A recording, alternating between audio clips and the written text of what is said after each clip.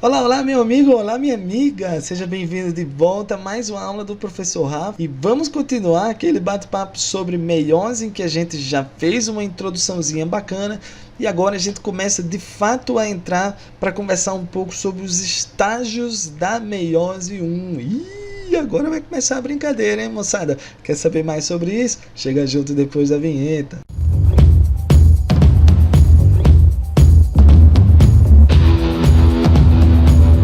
Beleza, fofinhos? Então, em relação aos estágios da meiose 1, o primeiro estágio é aquela que a gente vai chamar de prófase 1, tá?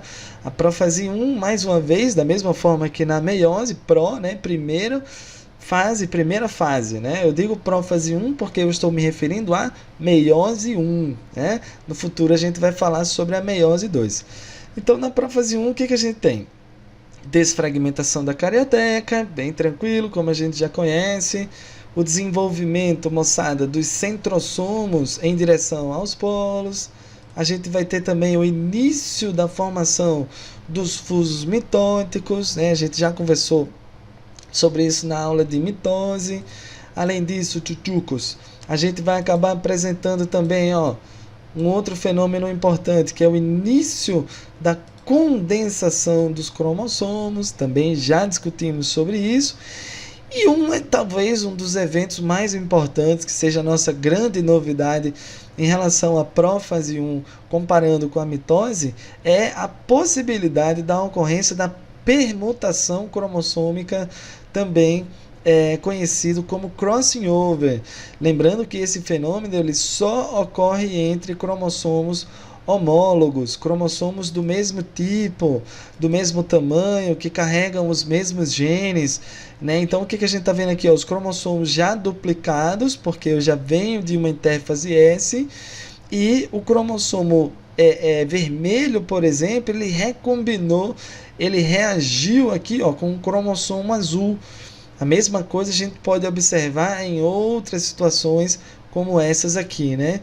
Então, vamos conversar um pouco mais sobre esse tal de crossing over que está tão presente nas nossas aulas, principalmente nas aulas de genética, né? Então, já já a gente vai conversar melhorzinho um pouquinho.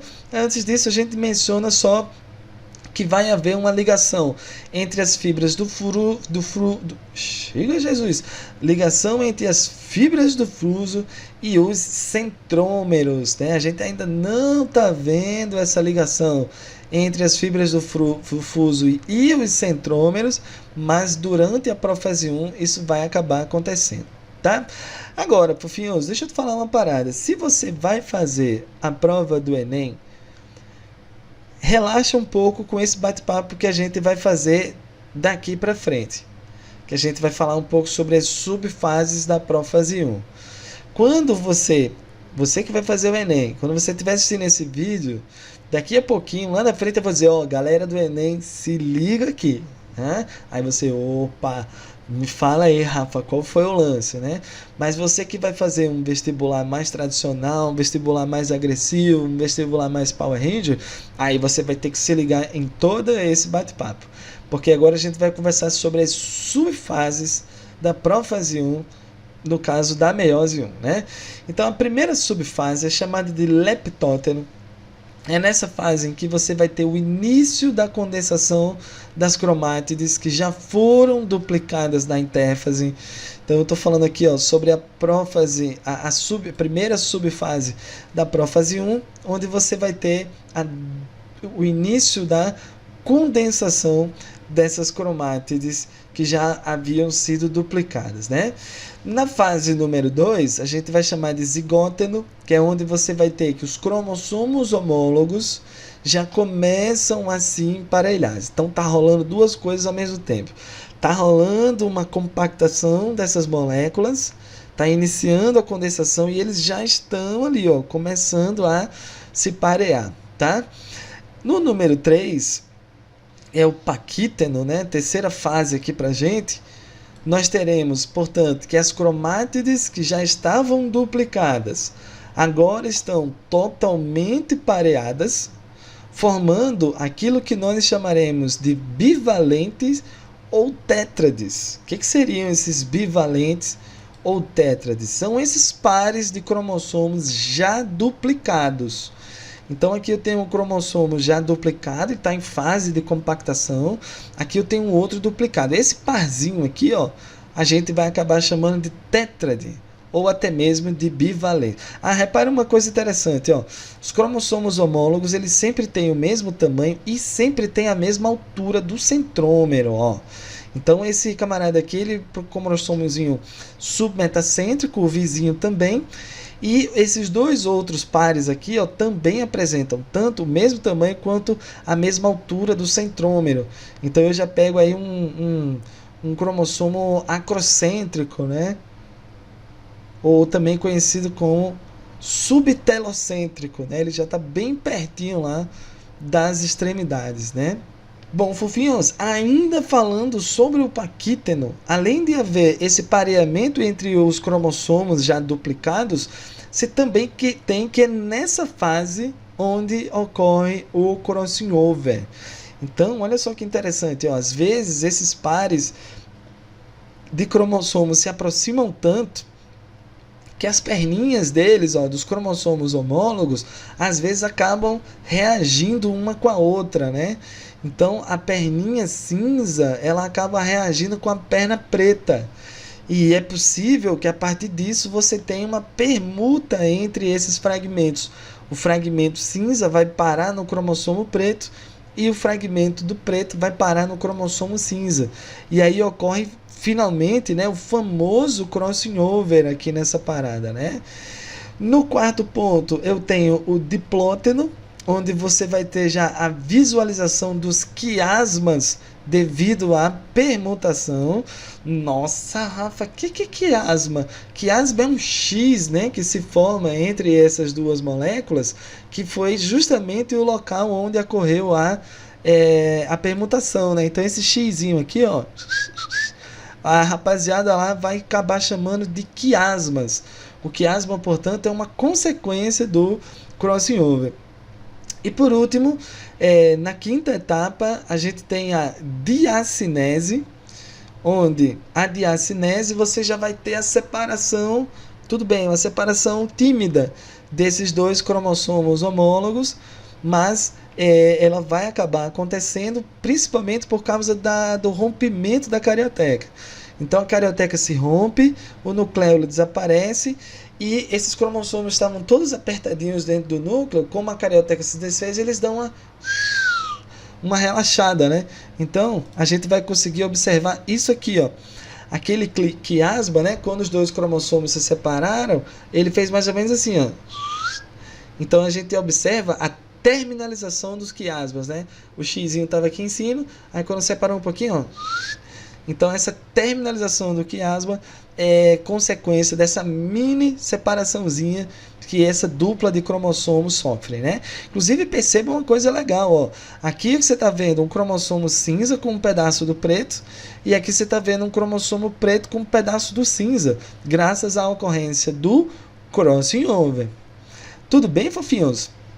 E aí, para a galera do Enem, saber qual é a importância do crossing over. A importância do crossing over é você criar novas versões daqueles cromossomos que já existem. Veja, o camarada tem aqui, ó, um cromossomo preto e um cromossomo cinza. Quando rola essa permuta, você agora tem um cromossomo preto com um pedaço do cinza, sacou? É uma versão nova daquele mesmo cromossomo. E essa versão nova, ela é legal porque ela aumenta o número de gametas possíveis que esse indivíduo acaba produzindo, né? Só para você ter uma ideia, moçada, olha que legal isso aqui, ó. Essa discussão ela vai servir para as duas galeras, tá? Tanto a galera do Enem quanto a galera dos vestibulares. Se liga só que legal, ó. Imagina só aqui a nossa celulinha, aí a gente tem dois cromossomos. Vamos fazer um cromossomo... Vamos fazer um vermelho e vamos fazer o outro, deixa eu ver, vamos usar esse verde aqui, né?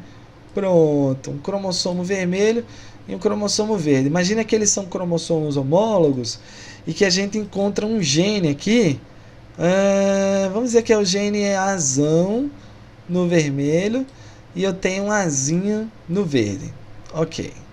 É o GNA, só que duas versões diferentes. Quando eu vou iniciar a meiose, a primeira coisa que eu faço é duplicar esses cromossomos, né? Antes de iniciar a meiose de fato, a gente vai duplicar esses cromossomos. Então agora você vai ter duas cópias do cromossomo vermelho unidas por um centrômero e vai ter duas cópias do cromossomo verde também unidas por um centrômero, né? Lembrando que agora você tem duas cópias do Azão, né?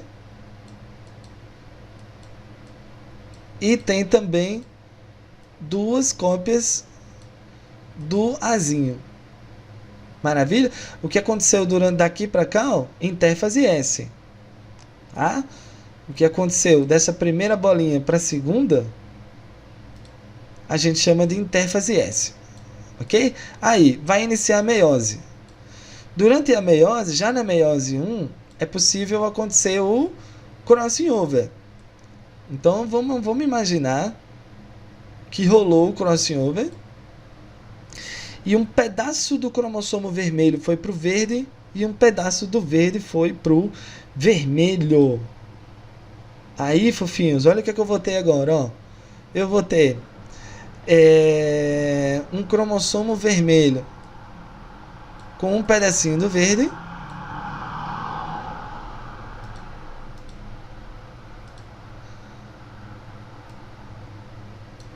e um cromossomo verde com um pedacinho do vermelho.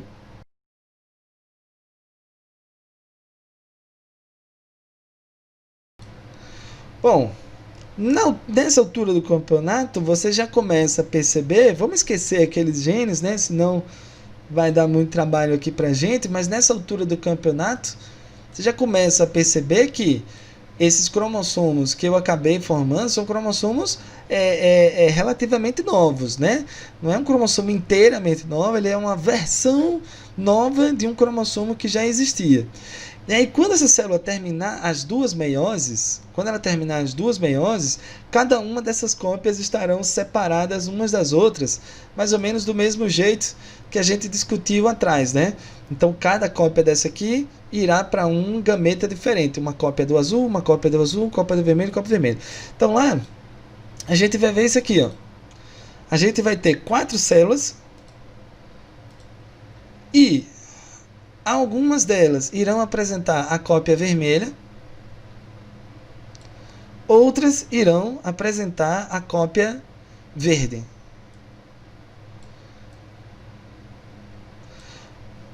Essas células que a gente está demonstrando aqui são as células conhecidas como células parentais.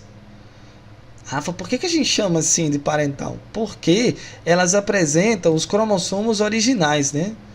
A versão original desse cromossomo, que era a versão vermelha e a versão verde, né? No nosso esquema aqui. Então, esses cromossomozinhos aqui, ó, eles serão chamados de cromossomos parentais. Porém, alguns cromossomos irão herdar, alguns gametas, na verdade, irão herdar aqueles cromossomos recombinantes. Um cromossomo vermelho com um pedaço do verde e um cromossomo verde com um pedaço do vermelho. Um cromossomo verde com um pedaço do vermelho. Nossa, Rafael, esses cromossomos aí, eles não existiam, não. Eles surgiram agora, né? Surgiram agora. Por causa de quê, tchutchus?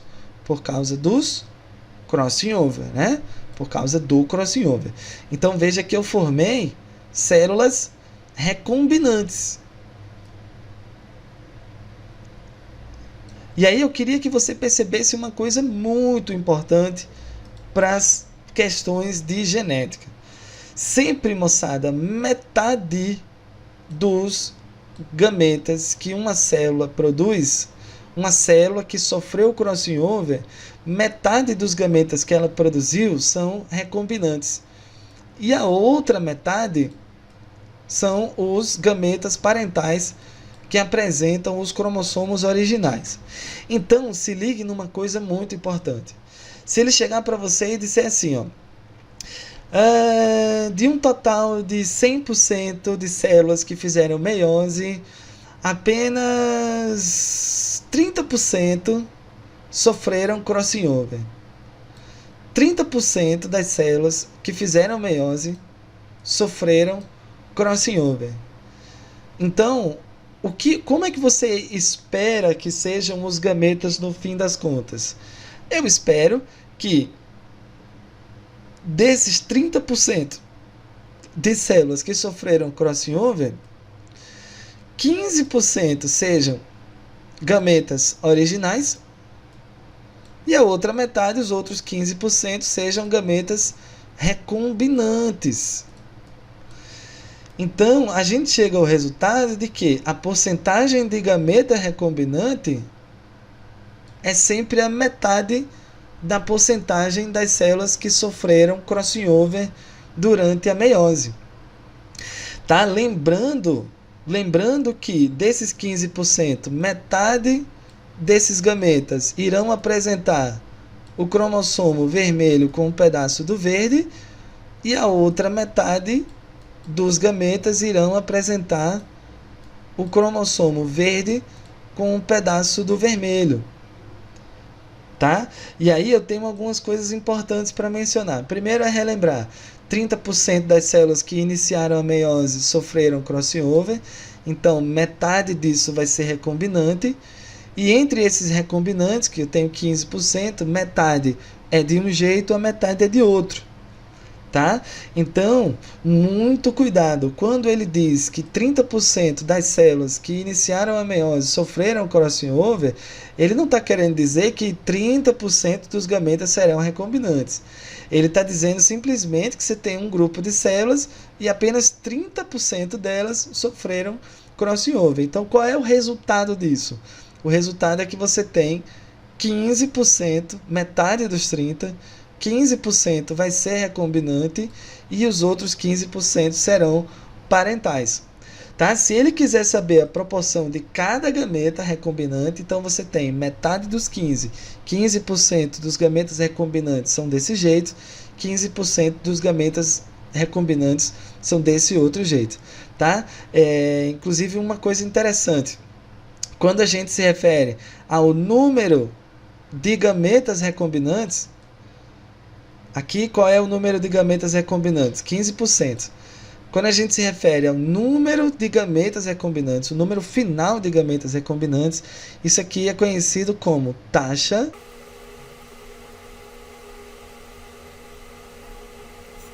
de recombinação cromossômica ou simplesmente taxa de recombinação. Tá? Então, quando ele falar taxa de recombinação, ele já está dando o número final de gametas recombinantes. Quando ele te der a porcentagem de células que sofreram gametas, então você pega essa porcentagem, divide por 2 e aí você vai ter a taxa de recombinação, que é a porcentagem dos gametas que sofreram crossing over. Valeu, moçada? Então vamos ficando por aqui. Essa discussão é maravilhosa para você conseguir fazer as questões de genética envolvendo linkage, crossing over, que é um assunto muito, muito legal. A gente se diverte muito brincando sobre esse lance do crossing over. Valeu, moçada? Então vamos ficando por aqui. Um grande abraço e até a próxima.